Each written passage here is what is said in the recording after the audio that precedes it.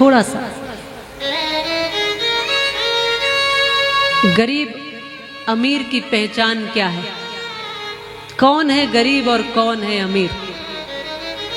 कई बार तो कहते हैं अमीर वो अमीर क्या जिसका दिल फकीर न हो, और फकीर वो फकीर क्या जिसका दिल अमीर न हो। हमने ऐसे ऐसे लोगों को भी देखा है जो इतना बहुत थोड़ा कमाते हैं, बहुत थोड़ा जिनकी आय है, बहुत थोड़ा सा जिनके पास है, उसमें से भी वो दूसरों को, गरीबों को, कमजोरों को, उसमें से भी धर्म के लिए, अच्छे काम के लिए निकाल दें। और हमने ऐसे ऐसे अमीरों को भी देखा है जिनके पास बहुत है, फिर भी उनसे किसी भूखे के लिए एक रोटी का निवाला नहीं निकलता। ऐसे भी लोग देखो आप समाज में। हम तो पूरी दुनिया में घूमते हैं, सब जगह जाते हैं, देखते हैं लोगों को। इसलिए कोई ये सोच के अकड़ के बैठा हो कि मेरे पास बहुत है, तो उस बहुत का फायदा क्या? बड़ा हुआ तो क्या हुआ, जैसे पेड़ खजूर, पंछी की छाया नहीं, फल लागे अति दूर। क्या फायदा ऐसे बड़े कौन बड़ा है? एक उदाहरण दे के समझाती हूँ, आपको बहुत अच्छे से समझ में आएगा।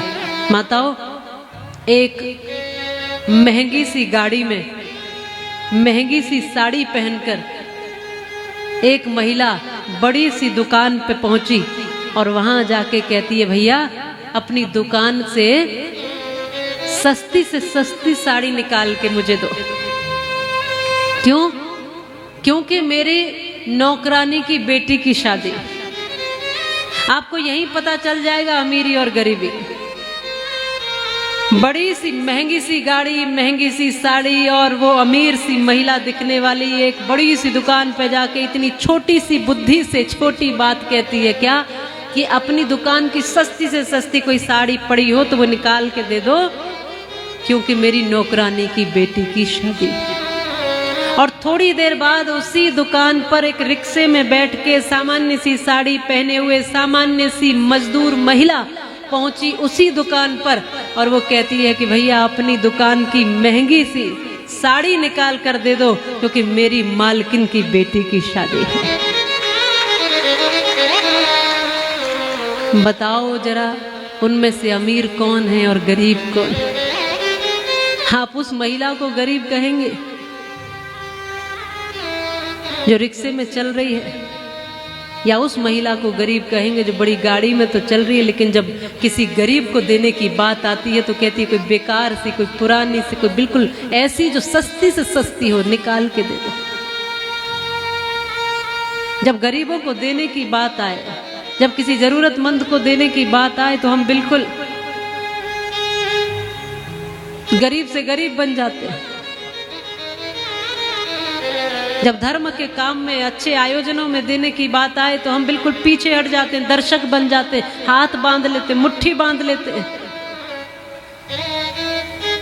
ये इतने इतने बड़े धर्म के आयोजन कैसे होंगे बताओ, जब आप सब मिलकर खड़े नहीं होंगे तो? कौन फिर धर्म के आयोजन करेगा और कौन करवाएगा, और कैसे ये व्यवस्थाएं बनेंगी? कैसे इतने बड़े पांडाल खड़े होंगे? कैसे लोग, इतने लोगों का भंडारा प्रसादी, कहां से सब व्यवस्थाएं होंगी जब आप मुट्ठियां बांध के बैठेंगे? आपको अपनी मुट्ठियां खोल के थोड़ा थोड़ा करना पड़ेगा सहयोग। ये राम का काम है।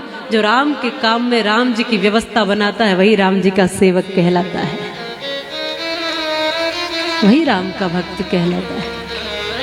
इसलिए जब कोई कई बार बड़े सेठ जी आते हैं, मोटे पेट वाले बड़े सेठ जी आते तो लोग मुझे परिचय कराते हैं, देवी जी ये बहुत बड़े आदमी हैं, बहुत बड़े।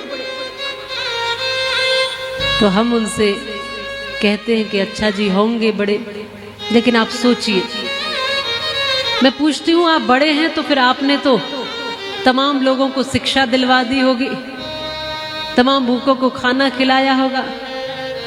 आप बड़े तो तभी बनते हैं ना जब किसी के लिए कुछ करते हैं। अब आपकी तिजोरी में लाखों करोड़ों अरबों पड़ा हो, वो किस काम का है जब किसी के काम ही नहीं आता? तो आप अपने आप में बड़े हो सकते हैं, लेकिन किसी और के लिए बड़े नहीं हो सकते। दुनिया आपको तभी बड़ा मानती है जब आप दुनिया के काम आते हो, जब लोगों के काम आते हो।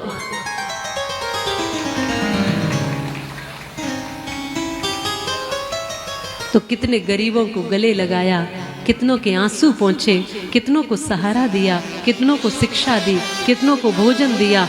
अगर ये सब किया है तो वास्तव में आप बड़े हो, और नहीं तो खाली पेट से बड़े हो।